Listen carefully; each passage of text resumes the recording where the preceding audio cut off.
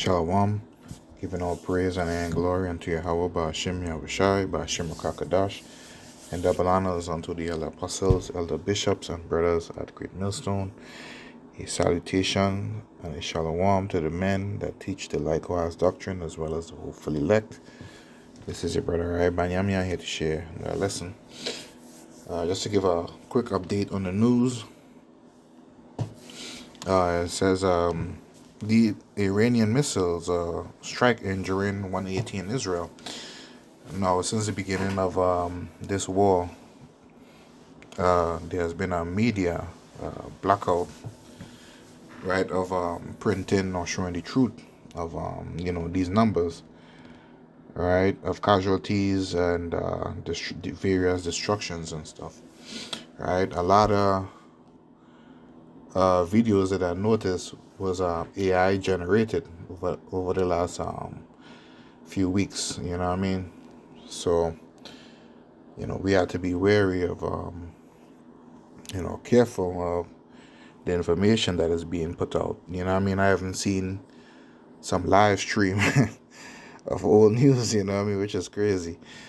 But I believe these numbers are still greatly understated. I believe there's more, but as some information is coming out, just going to give some updates as to what is going on, because a lot is happening fast by the hour. It's no longer by the days, by the hour. All right. So per the NBC News, it says Iranian missile strikes injure 180 in Israel. Officials say puncturing air defenses and shocking the public. Says the Israeli military ordered an investigation into what went wrong. Strikes on two towns close to nuclear sites underline Iran's continued ability to hit back. Right, so this is what they told the people, that they had a smaller arsenal of various weapons that they could use, right? So they may not be able to defend themselves like a major superpower, like let's say China, Russia, or North Korea, right? But that is proven to be inaccurate, because look how long they keep in the war going on. All right. So I'm gonna read this article. I may not read the whole thing, but to the best of my ability, Lord willing, this lesson will be edifying to elect through the scripture of various prophecies, right? So it says, Arad, Israel, after 3 weeks of relatively low Israeli casualties from the raging U.S.-Israel war in Iran, the explosive impact from an Iranian ballistic missile delivered a grim wake-up call, right, in Iran, a desert town in South Israel. It was a very shocking boom, something that we haven't heard before, said David 39, who gave only his first name. Right, so they wasn't used to it because of the air defense systems that the U.S. Babylon has installed at various sections, right, of Israel. So when Iran would launch a missile, the defense, the air defenses would pretty much intercept it, right? With just a few fallout objects that may injure a few people. But as far as like devastating hits, from what they're reporting, wasn't the case until recently. All right, it says it was a big miracle. It was a big miracle here. Thank God there was no killing of people. It says the strike on Saturday shared the facade of several adjacent apartment blocks and shattered glass for blocks around. No one was killed, but Israel's emergency service said more than 180 people were injured across the attack and another strike in a nearby town of the Mona. The missiles startled an Israeli public that has endured comparative few casualties in recent weeks thanks to the country's formidable air defenses, frequently tested across many years by rockets from militant groups Hezbollah and Hamas. Right, it says 14 people have been killed in Israel since the war broke out, compared to at least 1,230 deaths in Iran, according to Red Crescent Society figures last updated on March 6. More than 1,000 people have been killed in Lebanon amid the renewed fighting between Israel and Hezbollah, according to government figures. Right, so their defenses are being penetrated and they are fighting back, and which is why in one of the recent lessons that I did, shared that right through the article that defenses were moved from other regions over there in South Korea at the time, and were brought other batteries, right, that shoot these missiles up in the air to defend, will move from South Korea to Israel, right, making the South Koreans, which is an ally of Babylon, angry because they have their own conflict with the North Koreans as well, right? So this thing is going to escalate whether there's talks or not, man. There may be some period of quietness, but war is still brewing. And I'll go into the book of Joel first, the 3rd chapter and the 9th verse. It says, proclaim ye this among the Gentiles, right, Edomites, prepare war, wake up the mighty men, let all the men of war draw near, right, including Babylon, let them come up. Beat your plowshares into swords and your pruning hooks into spears, right? These are instruments of gathering and harvesting crops, right? Farming tools, right? It says, let the weak say, I am strong, right? So they will be offering up their resources, not to agricultural and other essential growth of the country, but that of defense, attack, and military, right? Missiles, jets, submarines, right? Nuclear weapons, right? To attack and to defend themselves, right? It says, let the weak say, I am strong. So Iran, a weaker nation compared to Babylon, right, is giving them a fight, right? Because of the arsenal and because they are getting help, intelligence also from other countries like China, Russia as well. All right.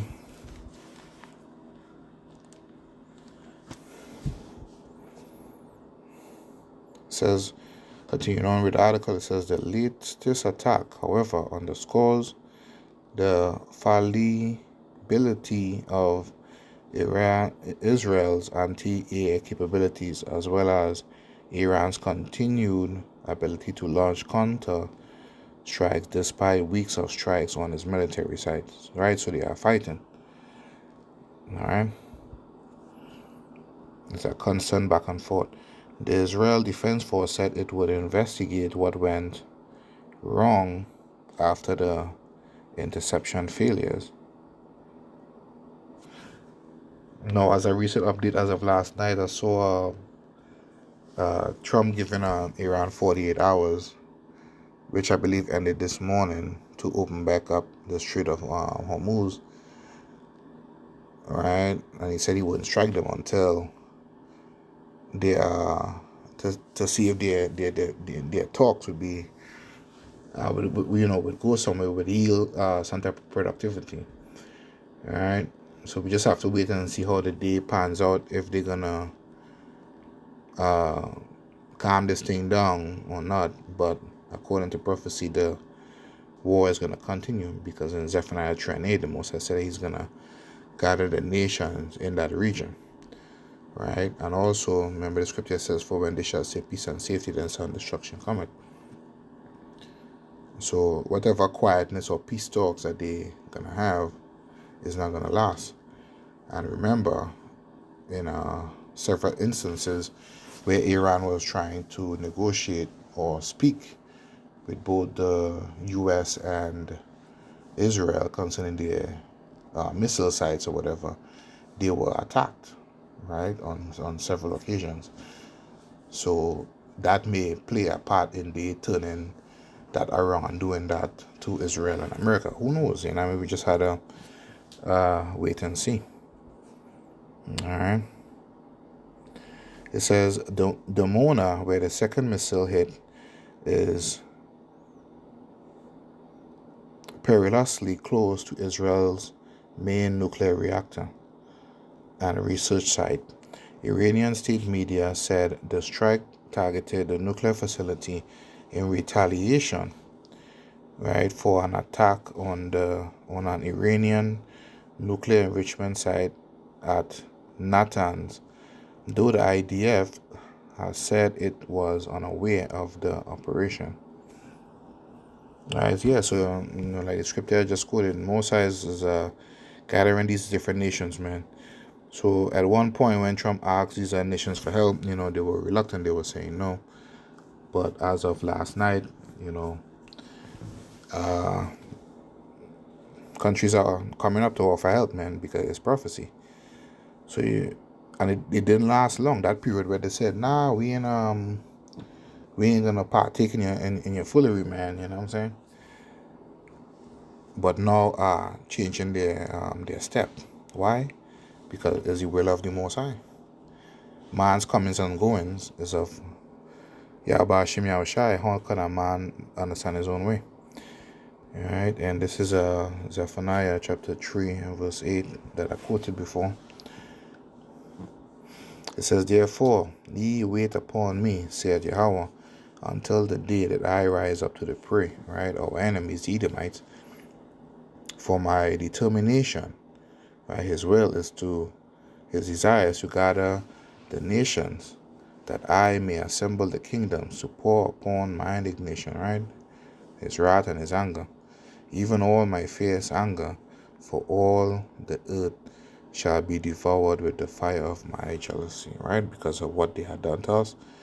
So these are 2 more nuclear fire missiles, right? Is going to be launched, destroying nations in the end, Babylon and especially Israel, right?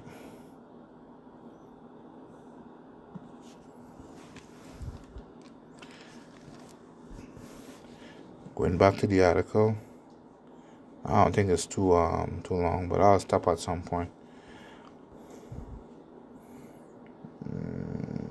It says the International Atomic Energy Agency said that no abnormal offsite radiation level had been observed following the strikes, though it urged all sides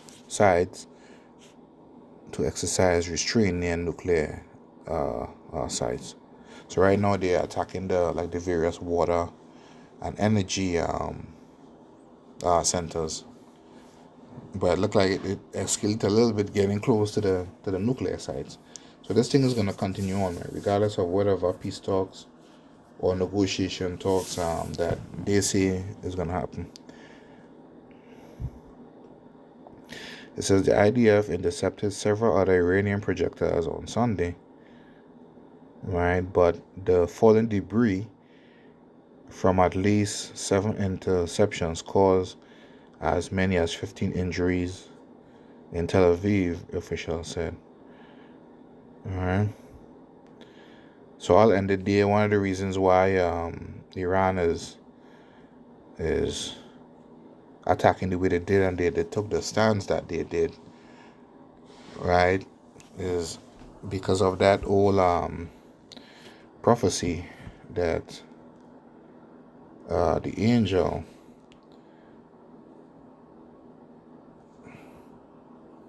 made reference to Ishmael. Let's see in the book of Genesis chapter 16 and verse 11. And it says, and the angel of the Lord came unto her, right, Hagar, and said unto her, the angel of the Lord said unto her, which is Hagar, says, behold, thou art with child, and shalt bear a son, and shall call his name Ishmael, because the Lord had heard thy affliction. Right, the affliction of Sarah, right? She couldn't bear children. So Hagar was her maiden. So Hagar took the place of her in the instance at that particular time of having Abraham's seed. Right? And then it says, verse 12, and he will be a wild man, right? As a wild donkey, as a wild ass, running, roaming, right? Unnegotiable, untamed. His hand will be against every man, and every man's hand against him.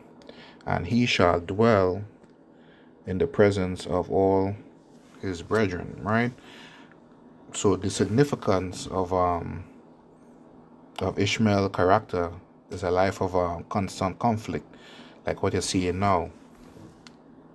Ishmael and the Israeli people and they over there, and they have always been fighting. They have been fighting over that particular land for a very long time, right? He also has an untamed native, right?